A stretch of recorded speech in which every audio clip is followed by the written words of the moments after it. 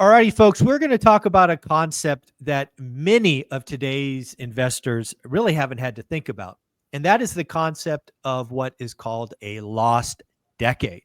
Folks, if you go back and you study history, there have been several times different asset classes have essentially gone nowhere over a 10-year period. And there's lots of chatter, lots of talk that we might be in or revisiting a lost decade. In fact, the one and only Anna Kelly brought this up a couple of times over the last year that she thought a lost decade might be in front of us. So, Anna, you brought this to my attention first. What did you see? What are you thinking? Do you think a lost decade might be in front of us? Yeah, I definitely do feel like we're probably going to have a lost decade. And I think we're kind of about 2 years into that, other than the stock market, which has, gone up, but it's also come down and close to correction territory, every indices and some actually in correction territory, with a lot of volatility. And so lost decade doesn't necessarily mean there aren't periods where certain assets are going to go up or down, but generally they're either an asset that's not very volatile, but just isn't growing, or they're an asset that has a lot of volatility, but evens out over the decade at basically flat, kind of where you were before. And one of the things that we saw after the GFC in 2008, 2009, actually it was backdated. The recession was called very late, backdated into late 2007, by some estimates, early 2008. But the recession itself was about a year and a half long. And what a lot of people don't realize is that a recovery period, before you really start having real growth in the economy, after a mild recession of about 10 months on average, a recovery period takes 2 to 3 years. So let's just say a little bit longer than average recession or real economic crisis of some sort, such as COVID, or the things that we've saw now with, huge rise in inflation. Typically, that recovery period is going to be at least 3 years. But again, what we saw after the GFC, even though people say, wow, it was an amazing run and an amazing expansion, that expansion didn't really get started till about 10 years after, in about 2018. And that's when we started to see real growth that was overheating the economy. And that's when we started to see assets starting to go up in value, and probably teetering on a recession in late 2018, early 2019. Clearly manufacturing recession. Then we had COVID and it kind of skewed things. But the growth really took about a decade just to get kind of back to where we were pre-GFC. And a flat decade to me is saying, I think what we're going through economically, even whether you're technically in a recession or not, just the volatility and the changes post-COVID are so impactful across the breadth of the economy, not just hitting one sector like real estate or the stock market, but really hitting everything. After the last recovery, we kind of hit this bubble, this everything bubble. Everything then suddenly went crazy. And that bubble has clearly started to burst, and now some values are coming down. So I started to see, we're losing some of those gains. We haven't even had the maximum point of pain yet.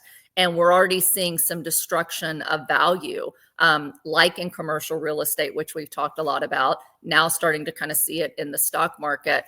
But the pain isn't done. And what a lost decade is, Michael, is it's me basically saying, I think it's going to take more to spark a new expansion period and more growth to get us out of this ho-hum economy that we've had.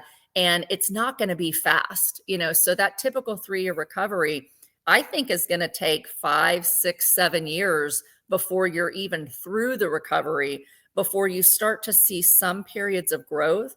But in that latter part of the decade, let's say we have year 7, 8, 9, 10 starts to do a little better. I don't think it's going to be truly expansionary and get us back anywhere close to the highs, before we started to have all the COVID and then the inflationary crisis that, made interest rates go back up. And, I didn't just come up with this on my own. I have to be fair and give credit to where credit is due. But I started to have some of these same concerns that, wow, it took a long time to recover from the last one. And these things are not going to recover quickly because we don't have a lot of the things necessary to do that. One, the government's ability to print money to stimulate us out of the mess the way that they could before our debt was at truly crisis levels. Two, they can't truly cut interest rates to spark the next growth cycle because we have too much inflation threat in order for the Fed to do so. This is why we've been higher for longer. So those were my big concerns. But I did start listening to a lot of old guys, right? Because the guys that have been through the block, been investing longer than I've been alive, they have some wisdom to share. And when I listen to guys like Jeremy Grantham, a billionaire hedge fund manager, well-known nationwide, like Ray Dalio, like Charlie Munger, saying, Warren Buffett's right-hand man who passed away last year, saying, we think we're in an everything bubble. And we think that if you're really, really, really good at what you do, you might experience 1, 2, 3% annual growth rate. And that's barely going to keep up with inflation. Essentially, i.e., this will be a lost decade. And I think it's Jeremy Grantham that I first heard say that, but multiple very smart people who've been through these cycles before are warning that it's going to take a whole lot more to get the growth that we've seen in the past and to not expect it over the next decade. And that means we're going to have to be very wise about where we find growth and where we find value when the overall economy is not this big tailwind that's going to make everybody look like a rock star in 2 to 3 years. It's going to take a long time before everything goes way back up, especially when we're kind of at a peak everything bubble that's most likely to pop before we even get back up to where things were before then. Yeah, I think your call, again, paying attention to the folks who've been here before is really wise advice. The everything bubble makes sense to me. Also, the lost decade is making sense to me. I saw a report today from Housing Wire that looking at the median price for active listings is, I think it was 453,000. The number is irrelevant, but what is relevant is it's basically been flat for 3 years now. Yeah. Right. So again, we're 3 years into this potential lost decade. And what's interesting is I told people that, I thought we'd have 5 or 6 years of flat prices because, to your point, we had 2020 and 21 and most of 22 where it was up 20%. And as somebody who has studied real estate for 50 years, 55 years now, that's not normal. You don't get, right. You might get 20% growth in real estate in a decade, right? Which is less than 2% compounded. Right. That's basically inflation plus 1%. It's okay. Right. But to get it all in 2.5 years, not normal. So it was kind of an easy call that we're going to be flat and wages will just have to slowly creep up to make this once again affordable. We're 3 years into that. So far, great call. Then I think about gold or I think about stocks and the fact that I see a lot of today's investors buying the dip. I don't know if you saw this news, but inflows to leveraged long funds here recently have hit record levels. Yeah. So what does that tell me?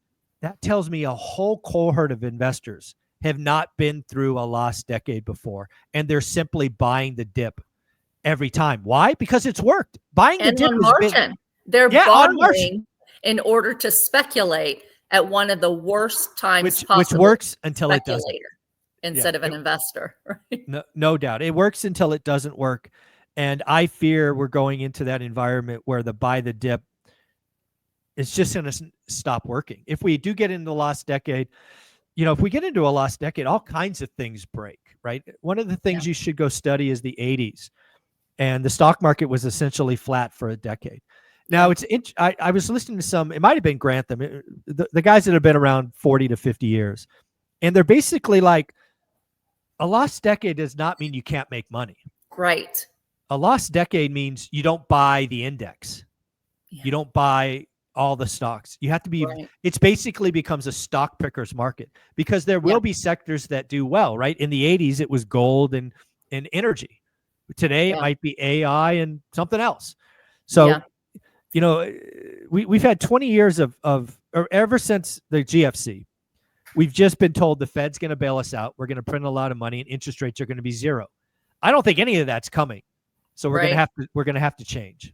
Absolutely. And that's one of the challenges, with the stock market. I know we've done a couple talks on it, and I'm not a big fan of the stock market. I mean, it's what I have my background in private banking and institutional hedge funds. But I was able to make wealth through real estate. So I still prefer real estate to make wealth when you don't have anything to start with, right? Because if you don't have anything to start with and you start borrowing to speculate, and you're going to have a lost decade, you might not make as much of a return in those indices versus the interest rate you're paying on the debt in order to leverage, right? Where we had a long period of time where index funds were really the way to go. And index funds have done okay because they've been pretty heavily weighted in companies that have done well. And in the last several years, we talk about the Mag 7, even your index funds have been very heavily weighted in them. So when those Mag 7 become the Mag 4, like they kind of have with a little, a few falling in and out of that, you basically have a lot of losses to go with your big gains when the indices are very weighted. And really, it used to be that brokers, and I know because I was in private banking, would just refer you to an index fund and say, hey, you'll make 8% a year over time.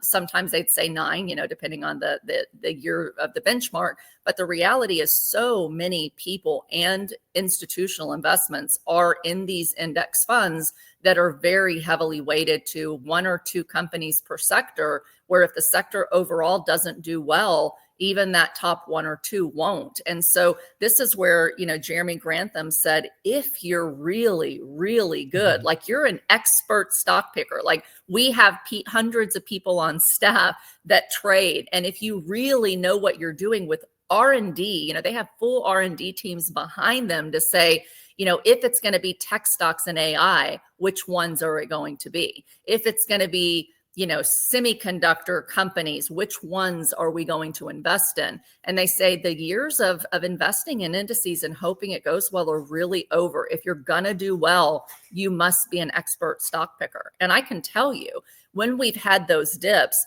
I've bought a little bit, but I buy enough that I can lose it all. I'm not putting anything in there with speculation because that's not investing. It's hopium, right? I'm going to throw in because I think the market will go up. So all these companies must go up. If you have a lot of time, you're really young, 40 years, to play with these big corrections of the market, potential big recessions, and then wait, for a decade for them to get back to baseline before they go up, knock yourself out with money you can afford to not touch. But if you can't afford to lose it and not recover your principal back in 3, 4, 5 years, it's really stupid to invest in stocks that you don't understand. So one of the investing 101s is don't invest in what you don't understand. So if you don't understand the fundamentals, the headwinds and the tailwinds for any given sector and for particular companies and how they're positioned for risk in the future, you really have no business buying particular stocks that you know nothing about, because you've got to understand how that company's making money, how they're generating profits, what their cash reserves are, how much leverage they have, and how are they hedging for things like tariffs, right? So there's lots of companies that are generally amazing. And then suddenly when there's tariffs on things like fertilizer, that company may be like poof, their earnings are gone and then you lose everything. So I'm just not a gambler. And, with real estate as well, even though we don't know for sure, will you have blips where real estate values go down? Absolutely. Will you have blips when they come back up? Absolutely. But the thing I love about providing housing, whether it's in single family houses or whether it's in a multifamily housing project of whatever side, is that you've always got a need for housing. It's a fundamental need. So no matter what happens in the economy, what happens with tariffs, what the next sexy investment is, or the next things the government's going to put money into, people need housing. And when there is a housing shortage, over the long term, you will have growth of, like you said, about 1% inflation adjusted in natural appreciation that has nothing to do with, forced appreciation or flipping the house and creating, growth. And so you just have a lot more stability in an asset like real estate, where that there is going to be a demand, where you're investing areas with a lack of supply. And the other big thing, especially, it's true of all seasons, but especially if you're going to have a lost decade, Michael, is location, location, location. Yeah. So you've got to know, where am I investing? Am I investing in a city and a state that is bankrupt, that has jobs leaving, that has layoffs, that has nobody moving to there? My real estate's not going to do very well. But if you look at where are there cities where they are pro-growth, pro-business, in an environment that might have struggles to get growth, then your assets are going to do better there, because you're going to constantly have people coming in for jobs. You're going to have local governments that are basically incentivizing people and companies coming, low taxes, pro growth, and you're going to do better there. So I think it's really important to look for where are the pockets of opportunity, not just say it's a lost decade, so I'm out, because inflation will eat your lunch if you're just out and sitting cash. But there's lots of opportunity all the time, but it's going to be harder. And one of the things I love that you say, Michael, all the time is do the work. Like, don't wish it was better and easier, wish you were better. And you have to get better if you want to do well in a flat decade in the future. It's not going to come easy to you like it has to some in the past. No, yeah. When I really put the pin in the lost decade, it really points to your point, do the work. Right. Like you, I like real estate versus stocks. First off, I always admit I'm a horrible stock trader. I'm too emotional, all the above. Right. It's not my thing. Right. I just know thyself. Like you, I play with money, and I do call it play with money that I can afford to go to zero. And oh, by the way, I've seen stuff go to zero before. I lost 80% in the .com crash, so I know what that feels like. But I like real estate because it is inefficient. I can learn a market. I call it a buy box better than anybody else. If I have that discipline, I will know an opportunity when I see it. I also, in a buyer's market, which, oh, by the way, we are in more and more of the country, I can get creative. I don't have to pay cash. I don't have to get a conventional loan. I can get seller financing. I can get a seller second. I can get equity partners. I can JV. There's all of these things that if you get good at what you do, you can create outsized value. And what I like about a lost decade for investors in real estate is there will be lots of people that get tired and give up because it's flat. A lot of people in real estate bet on appreciation, and they're going to get burned. There's going to be a lot of tired landlords. And all that means to me, Anna, is more and more opportunity. I want less demand. I want more supply, and I want more motivated sellers. Congratulations. I'm 3 for 3. I'm excited for what's coming. Yeah, I am too. And it's something that you said that's really important is you don't buy something because you're banking on appreciation. That's what speculating in the stocks is. It's banking on them going up. But people do that with real estate as well. And they're like, well, it's always going to go up. So I'm just going to buy an alligator, as you put it, that doesn't cash flow because it's going to go up in value and rates will drop. And then I'll take the equity and then, just ride into the sunset. And the reality is when you have something like a flat decade, that even 1% inflation adjusted, you may not experience that every year during that time in your portfolio. So you've got to have something that's at least paying you to own it and cash flowing at the same time. So you got to work harder. That's an example. You're not going to find every listing is going to cash flow. So you got to say, how can I make this listing cash flow? And I'll give you one quick example. I bought a single family house. I was really hard into multifamilies and vacation rentals. I was like, I'm not going to buy another single family house. Well, I changed my tune because the things changed, right? And I bought a single family house in a really nice neighborhood that normally wouldn't cash flow. But I knew that particular area was so low supply, very high incomes, and very hard to get approvals to develop new. And so I bought the property, but I made it cash flow through creative financing and interest only payments.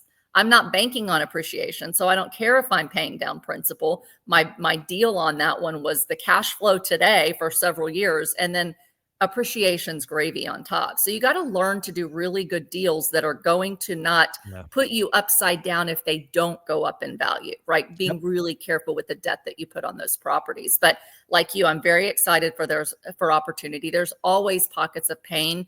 There's a lot of pain in real estate right now and a lot of areas that people are afraid to go into. But if you can go into areas that people are leaving and you can find solutions for mitigating risk and making a good profit, buying when values are down, when there's high supply, when there's low demand, when there's high rates, getting creative is what's going to get you properties that you can now hold through the flat decade, through the next expansion period, and do really, really well and potentially create some generational wealth by going in when everybody else is afraid to do so. Folks, at the end of the day, a lost decade simply means to me, I get the opportunity to create the deal of the decade each and every year for the next 10 years. So I'm excited. I hope you are too. Anna, where can people find you? Great. You can find me here on your show every week and on my playlist on your channel. You can find me at social media at Anna Kelly, REI Mom. And if you're looking for real estate or wealth coaching and consulting, you can find me on my website at annakellyinvesting.com. Thank you so much.